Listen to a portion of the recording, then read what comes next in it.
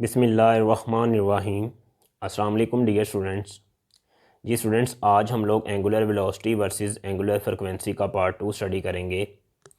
तो last lecture में हम लोगों ने स्टडी किया था कि एंगुलर वेलोसिटी क्या है। Rate of change in angular displacement is called angular velocity. तो स्टूडेंट याद रखिएगा, एंगुलर वेलोसिटी क्या है, एक वेक्टर क्वांटिटी है और इसकी जो डायरेक्शन है along the axis of rotation होती है।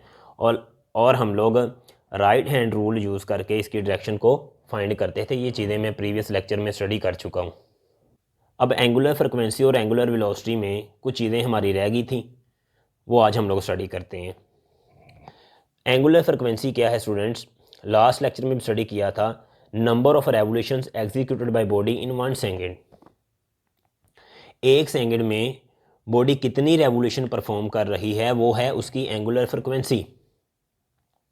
और याद रखिएगा, एंगुलर फ्रिक्वेंसी जो है वो एक स्केलर क्वांटिटी है, क्योंकि हमें नंबर ऑफ रेवोल्यूशंस जो है वो पर सेकंड बात कर रहे होते हैं, तो तादाद जो है वो स्केलर होती है, स्केलर क्वांटिटी है ये।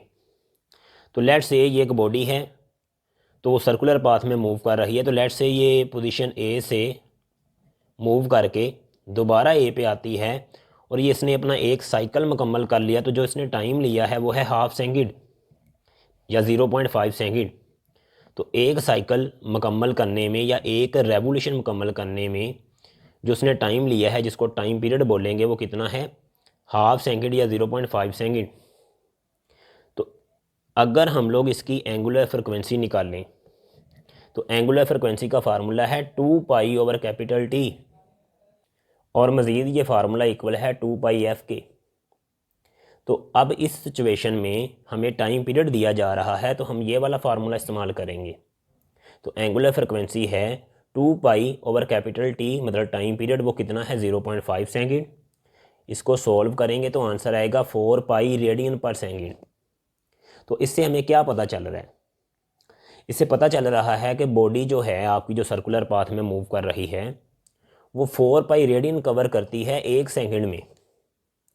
4 पाई रेडियन अगर एक सेकंड में कवर कर रही है तो आधे सेकंड में कितने करेगी, 2 पाई रेडियन। तो ये बात हमें यहाँ से पता भी चल रही है, जब ये बॉडी यहाँ से घूम के इधर आएगी तो टाइम तो आधा सेकंड गुजरा है, लेकिन इसने एक रेवोल्यूशन मुकम्मल कर ली है, तो मतलब इसने 2 पाई रेडियन मुकम्मल कर लिए हैं। फिर आधा सेकंड गुजरेगा तो ये यहाँ से फिर घूम के इधर आ जाएगी, तो फिर इसने 2 पाई रेडियन कवर कर लिए हैं।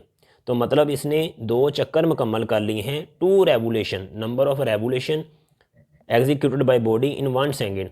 तो यहाँ 2 रेवोल्यूशन जो है वो कंप्लीट कर रही है एक सेकंड में, मतलब उसने 4 पाई रेडियन मुकम्मल किए एक सेकंड में। तो अगर कोई हमें कहे कि एक बॉडी की एंगुलर फ्रिक्वेंसी 4 पाई रेडियन पर सेकंड है, तो उससे क्या मुराद है, उससे मुराद है कि वो बॉडी 4 पाई रेडियन एक सेकंड में कवर कर रही है, 2 पाई रेडियन वो आधे सेकंड में कवर करेगी, यानी कि 1/2 सेकंड में वो 2 पाई रेडियन कवर करेगी, और 1/4 सेकंड में वो पाई रेडियन कवर करेगी, एंड सो ऑन। तो इसी तरह कोई भी यहाँ वैल्यू दे के हम उससे ये जज कर सकते हैं कि वो बॉडी कितने रेडियन पर सेकंड कवर कर रही है। तो यहाँ 4 पाई रेडियन कवर कर रही है एक सेकंड में, तो अगर मोशन यूनिफॉर्म है तो इसका मतलब ये हुआ 2 पाई रेडियन आधे सेकंड में कवर करेगी, और पाई रेडियन वो 1/4 यानी कि 0.25 सेकंड में कवर करेगी, एंड सो ऑन। कोई भी बात की जा सकती है।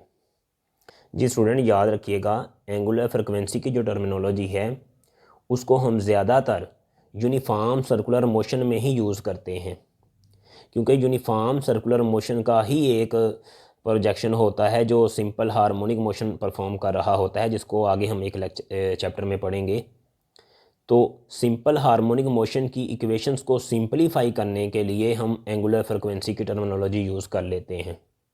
लेकिन अगर किसी न्यूमेरिकल में वो बोल दे कि नॉन यूनिफॉर्म सर्कुलर मोशन है और उसमें एंगुलर फ्रिक्वेंसी निकालें, तो फिर निकालने के लिए तो स्टूडेंट यही फार्मूला यूज़ होगा कि वो 2 पाई रेडियन या मुकम्मल साइकिल कंप्लीट करने में जो टाइम ले रही है, वो उसको यहाँ वैल्यू लगा के तो हम बता देंगे एंगुलर फ्रिक्वेंसी क्या है। लेकिन नॉन यूनिफॉर्म सर्कुलर मोशन में लगातार टाइम पीरियड चेंज होता है, तो लगातार एंगुलर फ्रिक्वेंसी भी चेंज होगी। इसलिए नॉन यूनिफॉर्म सर्कुलर मोशन में हम ज़्यादातर एंगुलर वेलोसिटी का जिक्र कर रहे होते हैं, एंगुलर फ्रिक्वेंसी का जिक्र नहीं करते। तो ये बात भी आपने याद रखनी है कि एंगुलर फ्रिक्वेंसी का जो ज़्यादातर हम इस टर्मिनोलॉजी का यूज़ करते हैं वो यूनिफॉर्म सर्कुलर मोशन में ही करते हैं। और यूनिफॉर्म सर्कुलर मोशन में एंगुलर फ्रिक्वेंसी की जो वैल्यू होगी वही वैल्यू एंगुलर वेलोसिटी की मैग्नीट्यूड की होगी। ये याद रखिएगा, एंगुलर वेलोसिटी की मैग्नीट्यूड का जो आंसर होगा, या एंगुलर वेलोसिटी की मैग्नीट्यूड जिसको मैं एंगुलर स्पीड बोल सकता हूँ, उसका जो आंसर होगा वही आंसर एंगुलर फ्रिक्वेंसी का होगा। बट दोनों डिफरेंट चीज़ें हैं। आंसर बराबर होने का ये मतलब नहीं दोनों बराबर है ना, ऐसा नहीं करना। ये इसको समझने के लिए ये चीज़ देखें, ये एक बॉल है, वो पोजीशन ए से पोजीशन बी तक मूव करती है। तो अब स्ट्रेट लाइन मोशन हुई है, तो ए से बी तक डिस्प्लेसमेंट वेक्टर डी है और ए से बी जो डिस्टेंस है वो एस है। तो अब इस सिचुएशन में डिस्प्लेसमेंट वेक्टर की मैग्नीट्यूड का जो आंसर होगा वही आंसर डिस्टेंस का होगा। पर डिस्प्लेसमेंट और डिस्टेंस आंसर बराबर होना और चीज़ है, पर आपको पता है डिस्प्लेसमेंट और डिस्टेंस दोनों डिफरेंट चीज़ें हैं। जैसे मैं आपको एक एग्जांपल दूं, मैं आपको कहूँ मार्केट से 10 माल्टे लेके आएँ और 10 एप्पल्स ले आएँ, सेब, तो तादाद तो दोनों की बराबर है। क्या माल्टे और सेब एक ही चीज़ है? आंसर है नहीं। इसी तरह इन दोनों के आंसर बराबर होने से ये मुराद नहीं है कि दोनों एक ही चीज़ें हैं ना, ऐसा नहीं करना। तो इसी तरह यूनिफॉर्म सर्कुलर मोशन में एंगुलर फ्रिक्वेंसी निकाल लें, उसका जो आंसर होगा एंगुलर स्पीड का भी वही आंसर होगा, या एंगुलर वेलोसिटी की मैग्नीट्यूड का भी वही आंसर होगा। और या मुझे ये कहना चाहिए यूनिफॉर्म सर्कुलर मोशन से मुराद है ओमेगा कांस्टेंट। लेकिन अगर किसी न्यूमेरिकल में आ जाए कि नॉन यूनिफॉर्म सर्कुलर मोशन है और एक कंप्लीट साइकिल हुआ है, तो बताएं एंगुलर फ्रिक्वेंसी क्या है, तो फिर आप फार्मूला यही यूज़ करेंगे। ठीक हो गया।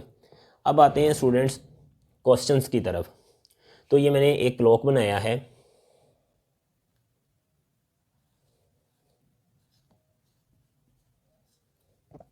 तो आपको पता है क्लॉक्स में 3 नीडल्स होती हैं, आवर हैंड, मिनट हैंड और सेकंड हैंड।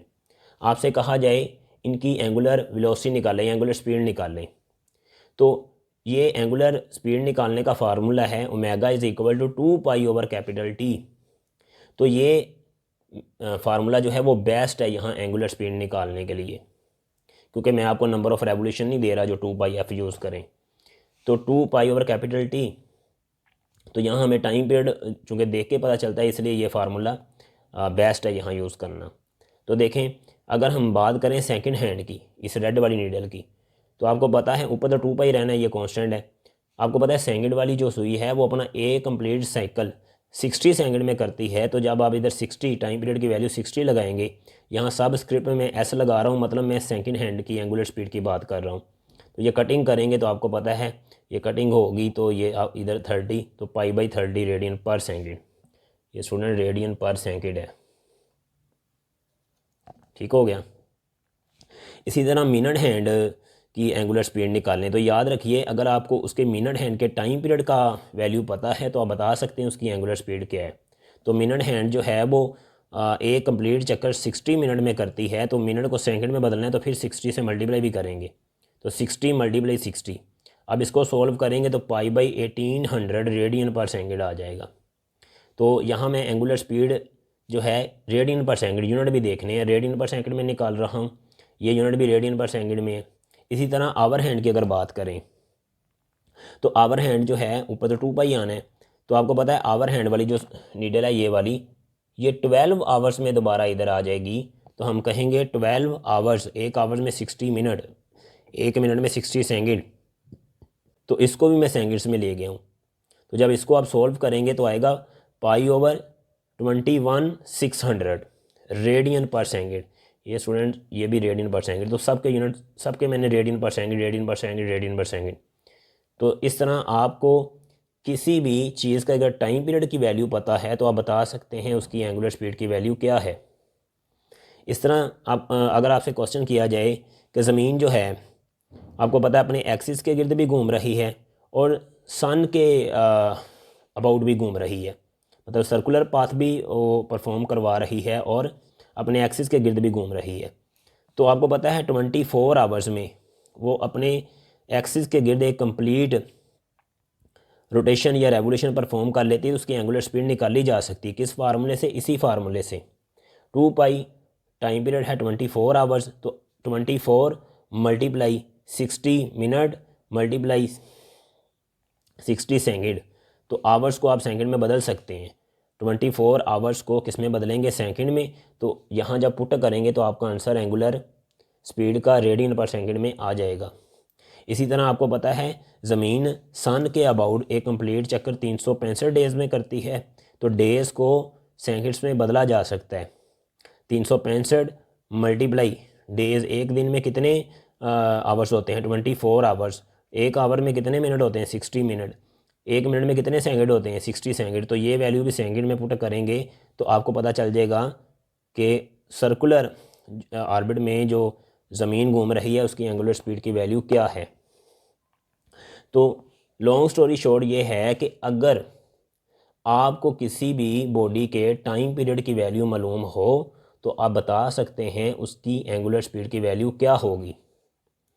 तो जी स्टूडेंट्स, इन दोनों के आंसर क्या हैं? इसी फार्मूले को यूज़ करें, यूज़ करके मुझे कमेंट्स में बताएं कि अपने एक्सिस के गिर्द अगर ज़मीन घूमे तो उसकी एंगुलर स्पीड क्या होगी, और अगर ऑर्बिटल मोशन में घूम रही है तो उसकी एंगुलर स्पीड क्या होगी। टाइम पीरियड की वैल्यूज़ मैंने इधर 365 भी दे दी है और 24 भी दे दी है। तो सन के अबाउट क्या होगी और एक्सिस के अराउंड क्या होगी, ये दोनों एंगुलर स्पीड्स जो हैं कमेंट्स में मुझे बताएं। जी स्टूडेंट्स, ये हमारा लेक्चर ख़त्म होता है। नेक्स्ट जो है हम लोग एंगुलर एक्सीलरेशन को डिस्कस करेंगे। अल्लाह हाफिज़।